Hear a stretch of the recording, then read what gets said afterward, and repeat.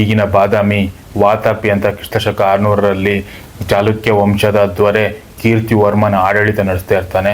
ಅವನು ಅನಾರೋಗ್ಯದಿಂದ ಮೃತಪಡ್ತಾನೆ. ಅವನ ಮಕ್ಕಳು ಚಿಕ್ಕವರಾಗಿರ್ತಾರೆ, ಉತ್ತರಾಧಿಕಾರಿ ಆಗಲು ಯಾರೂ ಇರೋದಿಲ್ಲ.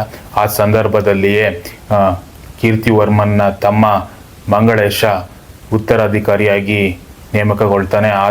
ಆತ ಹೇಳ್ತಾನೆ, ಕೀರ್ತಿವರ್ಮನ ಮಕ್ಕಳು ದೊಡ್ಡವರಾದ ನಂತರ ನಾನು ಅಧಿಕಾರ ಬಿಟ್ಟುಕೊಡ್ತೇನೆ, ಅಲ್ಲಿ ತನಕ ನಾನು ರಾಜ್ಯಭಾರ ಮಾಡ್ತೇನೆ ಅಂತ ಹೇಳಿ ಮಂಗಳೇಶ ಅಧಿಕಾರವನ್ನು ವಹಿಸ್ಕೊಳ್ತಾನೆ.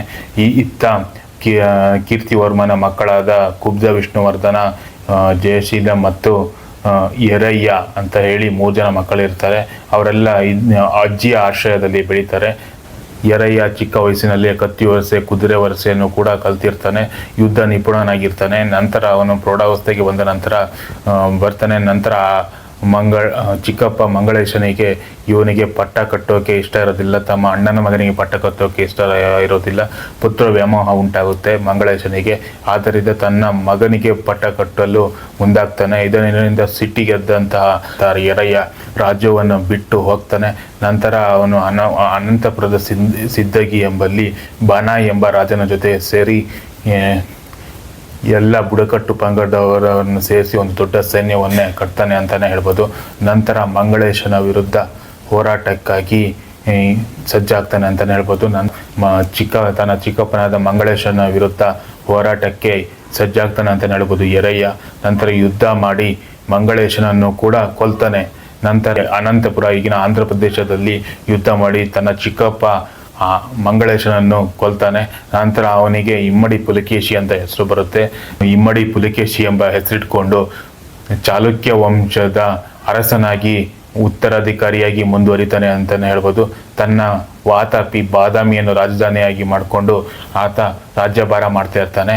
ಆ ಸಂದರ್ಭದಲ್ಲಿ ಉತ್ತರದಿಂದ ಹರ್ಷವರ್ಧನನ್ನು ದಂಡೆತ್ತಿ ಬರ್ತಾನೆ ಈ ದಕ್ಷಿಣದ ಕಡೆಗೆ. ನರ್ಮದಾ ನದಿಯ ತಟದ ಬಳಿ ಅವನ ಸೈನ್ಯವನ್ನು ಇಮ್ಮಡಿಯ ಪುಲಿಕೇಶಿಯ ಸೈನ್ಯ ತಡೆಯುತ್ತೆ, ಯುದ್ಧ ಮಾಡುತ್ತೆ. ಆ ಯುದ್ಧದಲ್ಲಿ ಹರ್ಷವರ್ಧನನು ಸೋಲನ್ನು ಬಸುವ ಹಂತಕ್ಕೆ ತಲುಪ್ತಾನೆ.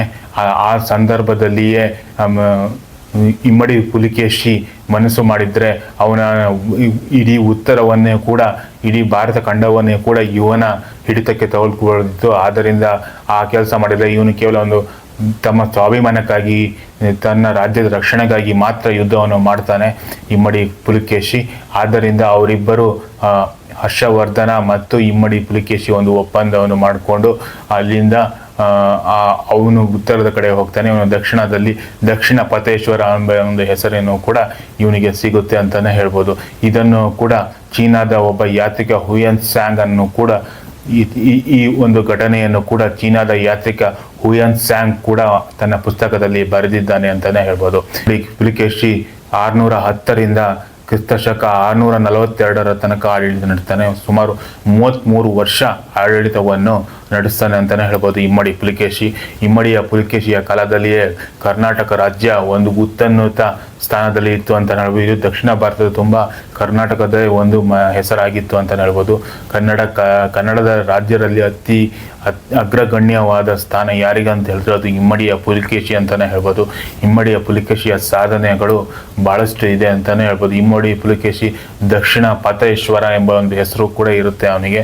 ದಕ್ಷಿಣ ಪತೇಶ್ವರನ ಹೆಸರು ಕೂಡ ಆತನಿಗೆ ಇರುತ್ತೆ ಅಂತಲೇ ಹೇಳ್ಬೋದು. ಇಮ್ಮಡಿ ಪುಲಿಕೇಶಿಯ ತಮ್ಮರಾದಂತಹ ಕುಬ್ಜ, ವಿಷ್ಣುವರ್ಧನ ಮತ್ತು ಜಯಶೀಲ ಅವರಿಗೂ ಕೂಡ ಒಂದೊಂದು ರಾಜ್ಯವನ್ನು ಕೊಟ್ಟು ಆಡಳಿತ ನಡೆಸ್ತಾನೆ. ಎಲ್ಲರೂ ಕೂಡ ಒಗ್ಗಟ್ಟಿನಿಂದ ಆಡಳಿತ ನಡೆಸ್ತಾ ಇರ್ತಾರೆ.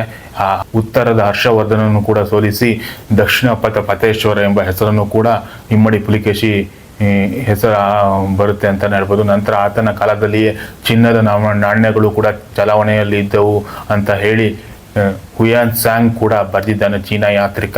ನಂತರ ಈ ಇಮ್ಮಡಿ ಪುಲಿಕೇಶಿ ಇದೇ ರೀತಿ ರಾಜ್ಯಭಾರ ಮಾಡುವ ಒಂದು 33 ವರ್ಷಗಳ ರಾಜ್ಯಭಾರ ಮಾಡುವ ಸಂದರ್ಭದಲ್ಲಿ ಕೊನೆಯ ಗಳಿಗೆಯಲ್ಲಿ ಆತನನ್ನು ನರಸಿಂಹ ವರ್ಮನ್ ಎನ್ನುವನು ಇಮ್ಮಡಿಯ ಪುಲಿಕೇಶಿಯನ್ನು ಯುದ್ಧದಲ್ಲಿ ಆತನನ್ನು ಕೊಂದು ಬಿಡ್ತಾನೆ.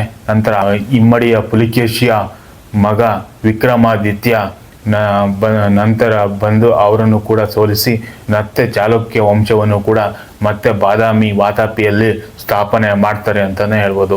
ಈಗ ಈ ರೀತಿ ಇಮ್ಮಡಿ ಪುಲಿಕೇಶಿಯು ಕೂಡ ಕರ್ನಾಟಕದ ಇತಿಹಾಸದಲ್ಲಿ ಒಬ್ಬ ಅಗ್ರಗಣ್ಯ ಅರಸ ಅಂತಲೇ ಹೇಳ್ಬೋದು. ಕನ್ನಡದ ಕೀರ್ತಿ ಪತಾಕೆಯನ್ನು ಇಡೀ ಭಾರತಾದ್ಯಂತ ದೇಶಾದ್ಯಂತ ಹಬ್ಬಿಸಿದ ಏಕಮಾತ್ರ ದಕ್ಷಿಣ ಪಥೇಶ್ವರ ಅಂತ ಹೇಳಿದ್ರೆ ಅದು ಇಮ್ಮಡಿ ಪುಲಿಕೇಶಿ ಅಂತಲೇ ಹೇಳ್ಬೋದು.